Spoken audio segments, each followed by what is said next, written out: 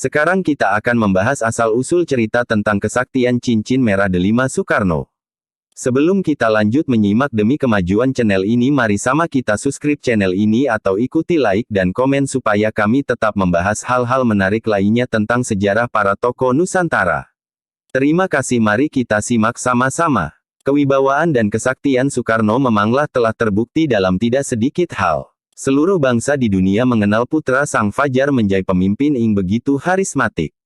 Yang dengannya pakaian khasnya, tongkat komando, peci hitam, kacamata, dan cincin batu merah delima yang selalu dikenakannya, beliau sudah menjadi penggerak bagi kemerdekaan tidak sedikit bangsa di seantero Asia dan Afrika. Bukan itu saja, sang proklamator pula amat dicintai oleh rakyatnya, malah sampai-sampai era ini, sejalan yang dengannya kewibawaannya, kesaktian Soekarno pula nampaknya tidak butuh diperdebatkan lagi. Beliau terbukti sudah lolos dari tidak sedikit percobaan pembunuhan yang dilancarkan Belanda dan Jepang. Sedikitnya 23 kali percobaan pembunuhan yang ditujukan padanya, tidak satu pun yang sukses membuat ia berpulang nama. Dalam satu kisah malah disebutkan bahwasanya suatu di saat tentara Jepang sudah sukses menembakkan 3 timah panas tepat di kepalanya dan membuat Soekarno tidak bernyawa. Para tentara itu lantas mengubur jenazah Soekarno di tengah kebun karet dan pulang ke markasnya yang dengannya penuh bahagia.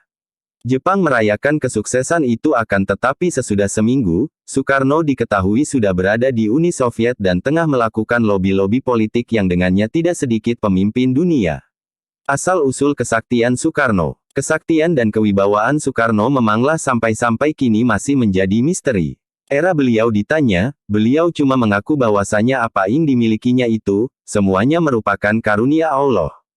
Tidak pernah beliau menyebutkan sesuatu yang berkaitan yang dengannya adanya jimat dan sebangsanya. Pengakuan sang putra Fajar ini tentu tidak dan merta dipercayai oleh seluruh orang.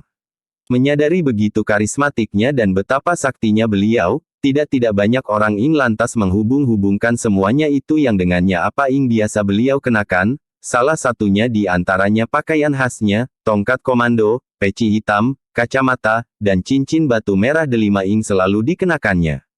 Orang-orang percaya andai kesaktian dan kewibawaan Soekarno merupakan bersumber dari benda-benda bertuah yang dikenakannya itu. Era ini, tidak sedikit orang yang berusaha dan berlomba-lomba bagi atau bisa juga dikatakan untuk mempunyai benda-benda yang dikenakan Soekarno pada masa lalu, bagi atau bisa juga dikatakan untuk dijadikan ajimat ataupun bagi atau bisa juga dikatakan untuk cuma sekedar dijadikan koleksi. Akan tetapi, benda-benda yang telah disebutkan oleh keluarga Soekarno tak pernah akan dijual. Semuanya tersimpan rapi di kediaman putri sulung Soekarno, Megawati. Semuanya ada, terkecuali cincin mustika merah delima. Merah delima milik Nyi Roro Kidul. Misteri hilangnya mustika merah delima Soekarno memanglah bukan lagi cerita baru yang perlu dihebohkan. Cincin merah delima Soekarno diketahui memanglah sudah hilang semenjak tahun 1963, tepat era lawatan beliau ke Yogyakarta. Peristiwa hilangnya cincin merah delima Soekarno era itu diyakini terlaksana lantaran pemiliknya sang sebetulnya yaitu Kanjeng Ratu Nyi Roro Kidul mengambilnya secara gaib.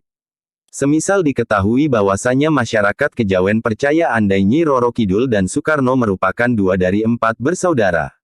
Nyi Roro Kidul meminjamkan cincin itu kepada Soekarno agar Soekarno mampu menjadi raja di kerajaan kita Indonesia.